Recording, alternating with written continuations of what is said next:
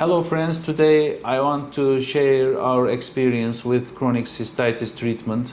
We are commonly doing chronic cystitis treatment and for more than 10 years now. We are focused on a special treatment on the chronic cystitis patients. This is bladder fulguration. We think that when there is a chronic infection and it doesn't disappear with conventional treatments, the patient needs another type of point of view. And we notice that when we do a cystoscopy to these bladders, in the bladder there are some tissue changes.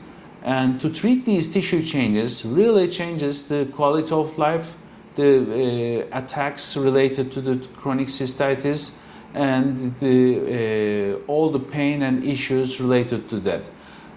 If we start from the beginning, chronic cystitis is the inflammation or infection of the bladder that is happening more than 3 times a year.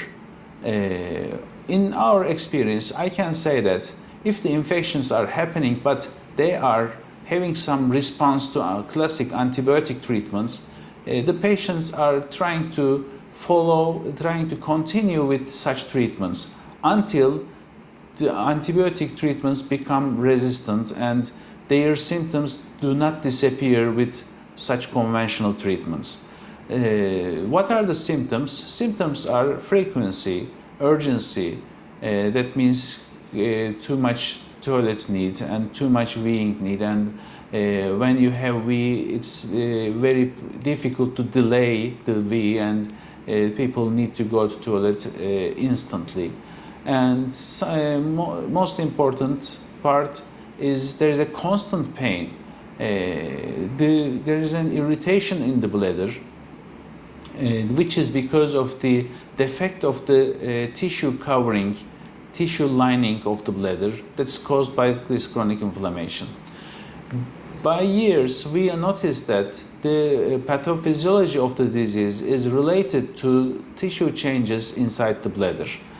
Where does this happen? This happens in the entrance of the bladder, which bacteria enters the bladder directly from this part. This is the bladder neck and the trigone.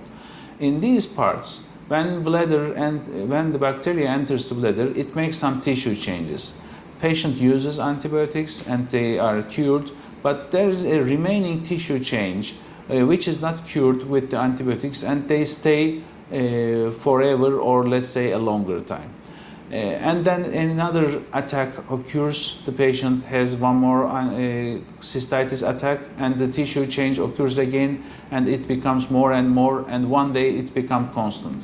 What happens when there is a tissue change?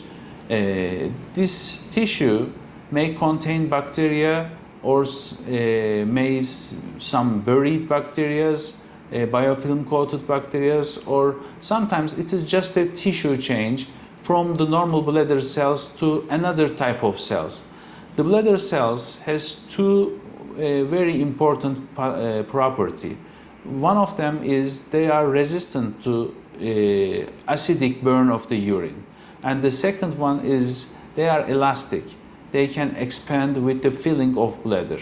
So when the tissues change, they lose these two very important properties, and the acid of the urine becomes irritative for these tissues. So the patient had cystitis attacks, it's not treated properly with antibiotics, and there's a tissue change now in the entrance of the bladder, which we call trigone and the bladder neck.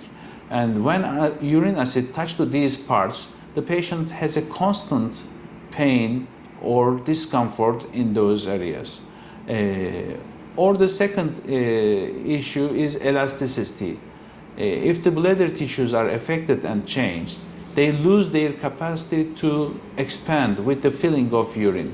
And when the bladder starts to fill, they urge the patient to go to the toilet earlier than normal, and this is reflected as decrease in the bladder capacity to the patient.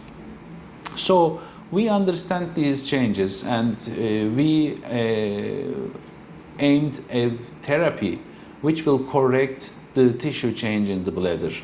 The simplest way was to fulgurate these tissues. That means we make tissue necrosis in that part and new tissues are formed.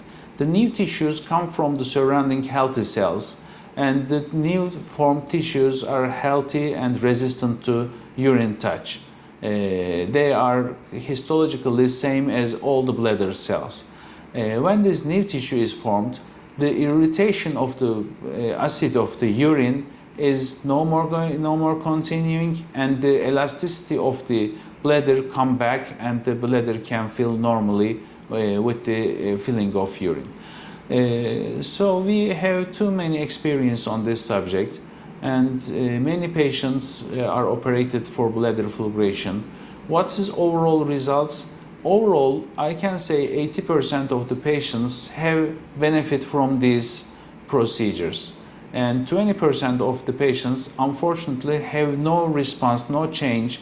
Maybe in the early stages they are the same after the procedure, but 80% of the patients get rid of the disease, or their quality of life dramatically increases after the bladder fulguration. So what I offer to my patients, if they are facing bladder infections very frequently and the antibiotics are not working as previously, I recommend them to have a cystoscopy initially. And in this cystoscopy, if there is a tissue change, which we call leukoplakia, this is the white plaques related to the tissue change in the bladder trigone or the bladder neck. If there's a white plaque change, it's obviously needed that the surgery, bladder fulguration is needed.